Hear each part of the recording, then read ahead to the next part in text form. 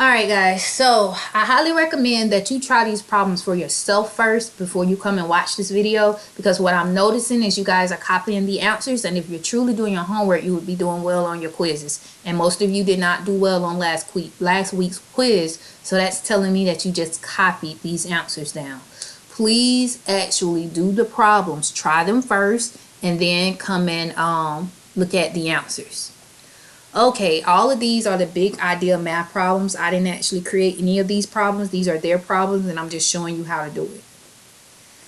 Okay, so it says in exercises 4 and 5, graph the polygon in its image after a dilation with the scale factor of k.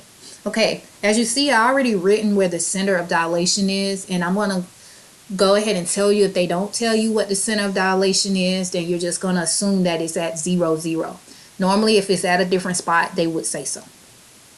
First thing I'm going to do is go ahead and graph this stuff, and since my k is greater than 1, then I know that this is going to be a enlargement. So this is A, this is B, and this is C.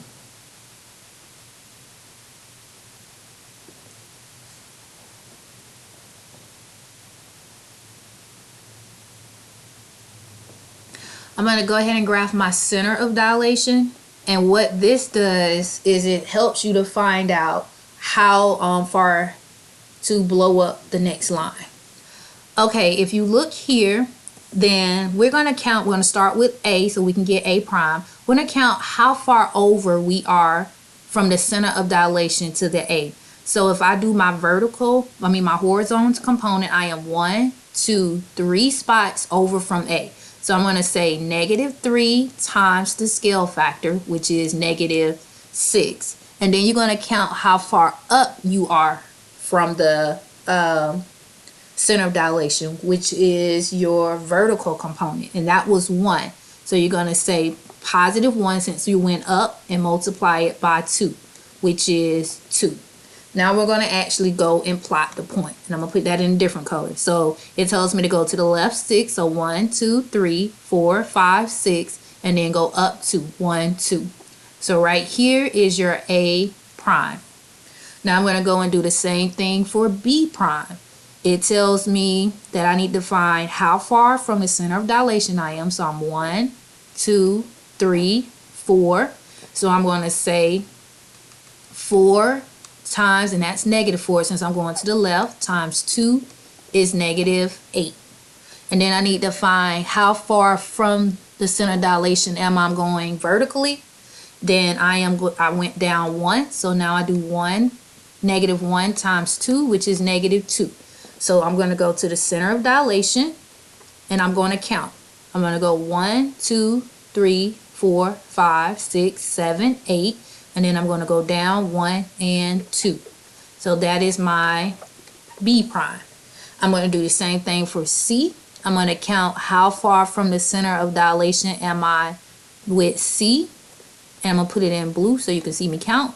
I am 1 and 2. Horizontally, I'm 2 spaces from the center of dilation. So that's going to be to the left 2 times 2, the scale factor, which is -4. And then I need to count how far down I am from the center of dilation, which I am just 1. And so since I'm going down, I'm going to say -1 times 2 is -2. So I go to the center of dilation. I want to go to the left 4. 1, 2, 3, 4. And I'm going to go down to 1 and 2. And right here is my C prime. And make sure I'm right. 1, 2, 3, 4. 1 and 2. And here is our dilation.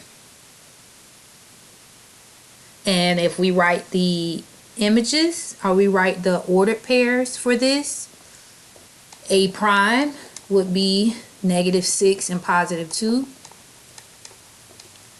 B prime would be -8 and -2. And C prime would be -4 and -2. And we got it. So it's just easy peasy. You just count and then multiply, and then move the vertical components, vertical and horizontal components. Okay, let's go to the next one.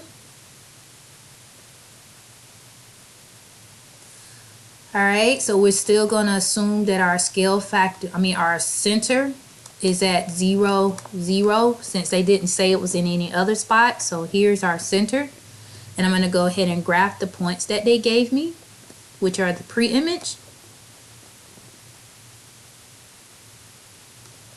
So this is P, Q, 0, 5, R,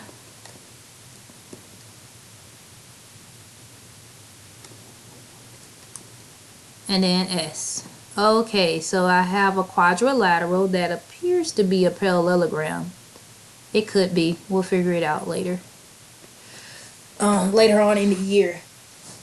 Alright, so here we have the scale factor, which is less than 1.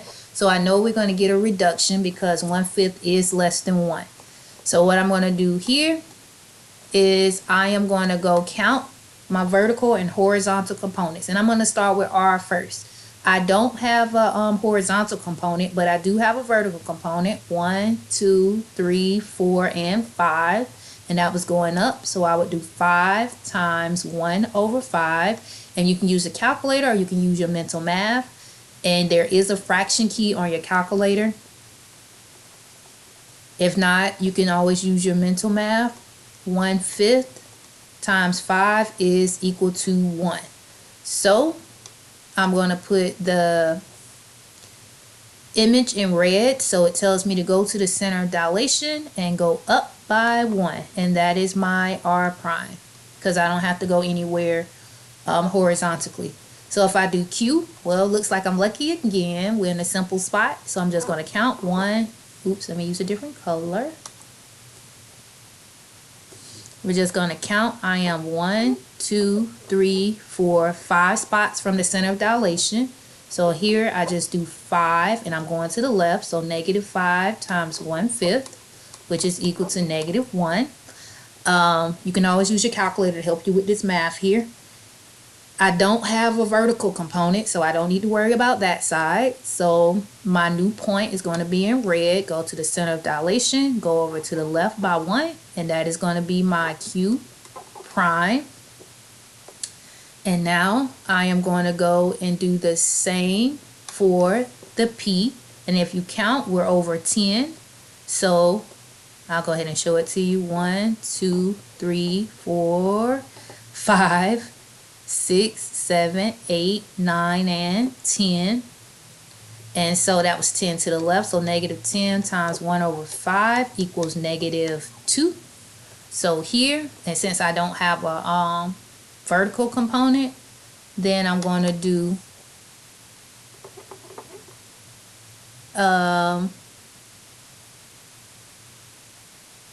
P prime is at -2. Go to my center of dilation and go to the left by 2, since that's -2. And then S is the one with the horizontal and vertical component. I'm going to do the horizontal one first. I'm going to do it in black so you can see it over the colors. I am 1, 2, 3, 4, 5, 6. So I am 6 points from my center of dilation. So I'm going to say, and I'm going to write the math right here, 6, and that was to the left, times 1 over 5.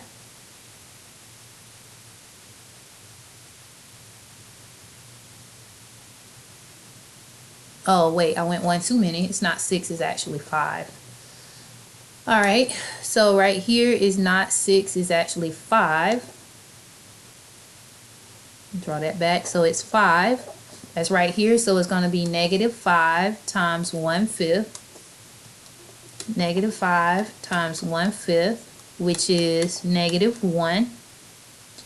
And then we need to get the vertical component, so that is 1, 2, 3, 4, 5. And then that's +5 times 1/5, which is +1. So it's telling me to go to the left 1, because this is my vertical part. And you might want to write yourself a note, vertical and horizontal, so you can get that correctly. So it says go to the left 1 and then go up 1. And this here would be my In red, that's my S prime. And the picture itself is right here. So you shrunk this. So this was a reduction.